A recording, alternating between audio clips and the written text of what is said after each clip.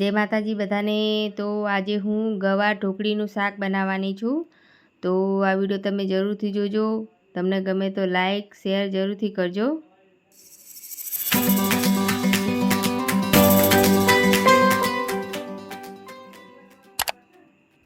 તો સૌથી પહેલાં ગવાર લઈ લઈશું અને ગવાર આપણે સમારી દઈશું ઝીણા ઝીણા કટકા।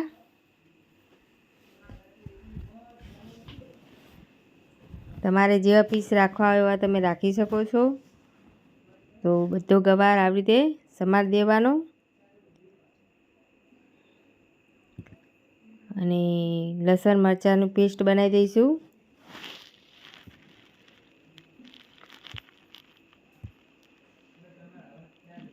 તો સરસ રીતે પેસ્ટ બની ગઈ છે।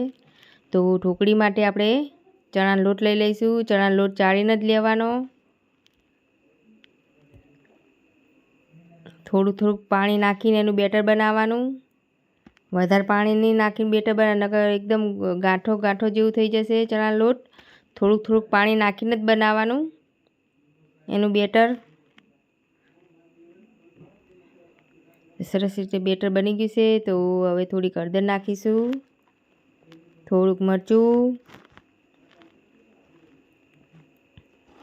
થોડુંક મીઠું, ગરમ મસાલો, ધાણા જીરું પાવડર,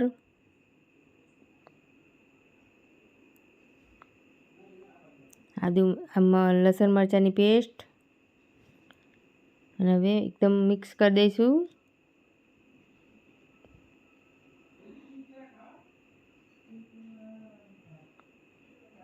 તો સરસ રીતે મિક્સ થઈ ગયું છે આપણું ઢોકળીનું બેટર બનીને।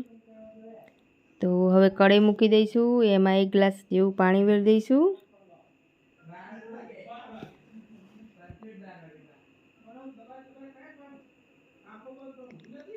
થાળી લઈ લઈશું અને તેલ નાખી દઈશું મય 1 ચમચી જેવું અને હાથથી આવી રીતે તેલ બધે લગાવી દઈશું। હાથ સરસ પાણીથી ધોઈ જ નાખવાના, પછી જ લગાવવાનું હાથથી। તો હવે કઢાઈમાં મૂકી દઈશું થાળી।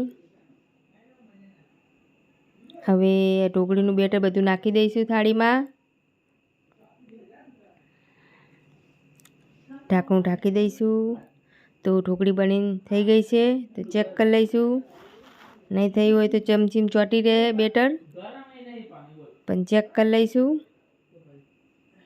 તો સરસ રીતે ઢોકળી બની તૈયાર થઈ ગઈ છે। તો ઠંડુ થવા દઈશું, પછી જ થાળી ઉતારશું નીચે। તો ઠંડુ થઈ ગયું છે। તો હવે થાળી ઉતારી દઈશું નીચે અને હવે આપણે ઝીણા ઝીણા પીસ કરી દઈશું ઢોકળીના।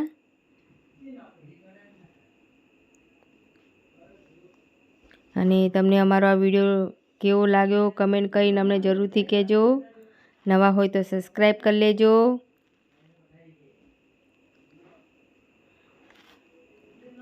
તો આના અંદર તમે બેટરના અંદર ઢોકળીના અંદર થોડીક છાશ નાખીને બનાવો તોય સરસ લાગે છે, પણ મેં એમનેમ જ બનાવી છે।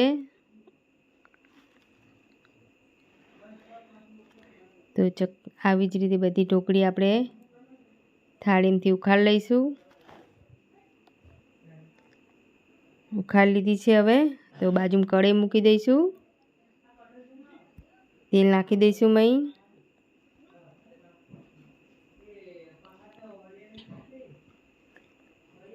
તેલ ગરમ થાય પછી રાઈ જીરું નાખીશું। તો તેલ ગરમ થઈ ગયું છે। તો રાઈ જીરું નાખી દઈશું। હવે હિંગ નાખીશું, આદુ મરચાંની પેસ્ટ નાખીશું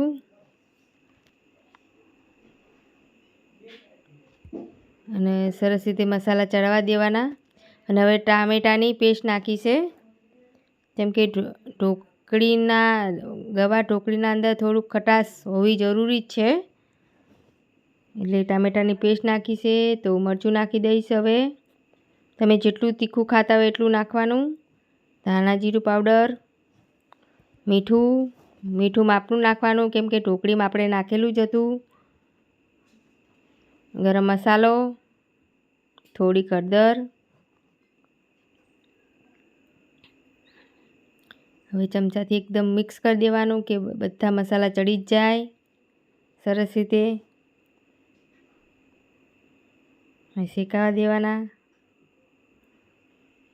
તો મસાલા આપણે એકદમ સરસ રીતે ચડી ગયા છે.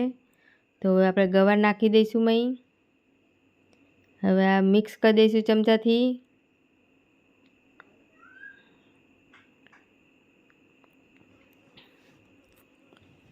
તો મિક્સ થઈ ગયું છે આપણું.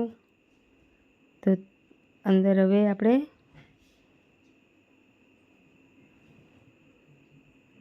થાળી ઢાંકી દીધી હતી. તો સરસ મસાલા આપણા શેકાઈ ગયા છે.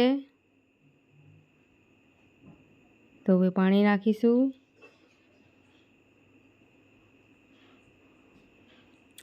અને પાણી નાખીને આપણે આ ગવાર એકદમ ચડાવવા જ દેવાનો.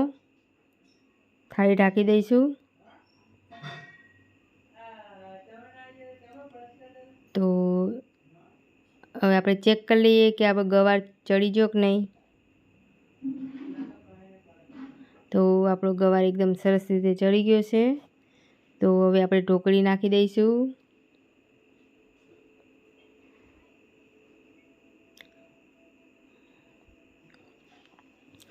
બધી ઢોકળી નાખી દીધી છે. તો ચમચાથી હવે આપણે મિક્સ કરી દઈશું.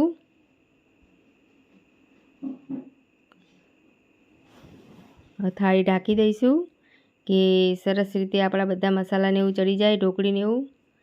થાળી લઈ લઈશું હવે. તો આપણું સરસ રીતે ગવાર ઢોકળીનું શાક બનીને તૈયાર થઈ ગયું છે. તો ઉપર આપણે કોથમીર નાખી દઈશું.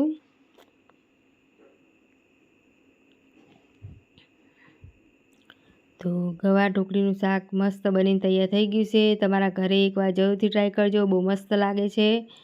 તો વાટકામાં કાઢી લઈશું ખાવા માટે. ગવાર ઢોકળીનું શાક બનીને તૈયાર થઈ ગયું છે. તમને અમારી આ રેસીપી કેવી લાગી કમેન્ટ કરીને અમને જરૂરથી કહેજો. અને નવા હોય તો સબસ્ક્રાઈબ કરજો. અને આ એકવાર તમારા ઘરે જરૂરથી ટ્રાય કરજો. જય માતાજી બધાને.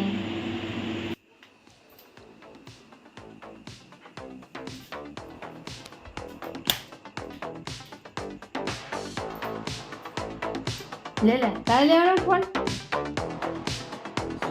ફોન તારે લેવાનો.